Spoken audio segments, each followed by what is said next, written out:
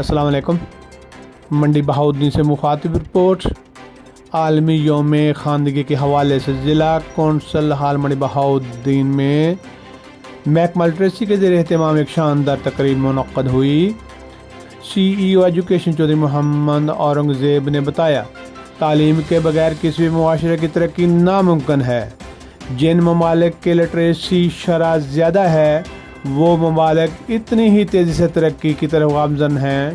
چودھری اورنگزیب سی ای او education ضلع منڈی بہاؤالدین نے بتایا، پاکستان کا لٹریسی ریٹ ہر سال بہتر ہو رہا ہے۔ ضلع منڈی بہاؤالدین کے لٹریسی ریٹ کو 100% بنانے کے لیے ٹارگٹ کو ہر صورت پورا کیا جائے گا۔ پرائمری سطح پر اسکول چھوڑنے والے بچوں کو دوبارہ زیور تعلیم سے آراستہ کرنے کے لیے لٹریسی ڈپارٹمنٹ کی کوشش قابل تحسین ہے۔ ڈسٹرکٹ ایجوکیشن آفیسر ضلع منڈی بہاؤالدین اسد اللہ اعجاز نے بریفنگ دیتے ہوئے بتایا، ضلع میں اس وقت 287 لٹریسی سینٹرز میں 9213 طلباء طالبات تعلیم کی روشنی سے منور ہو رہے ہیں۔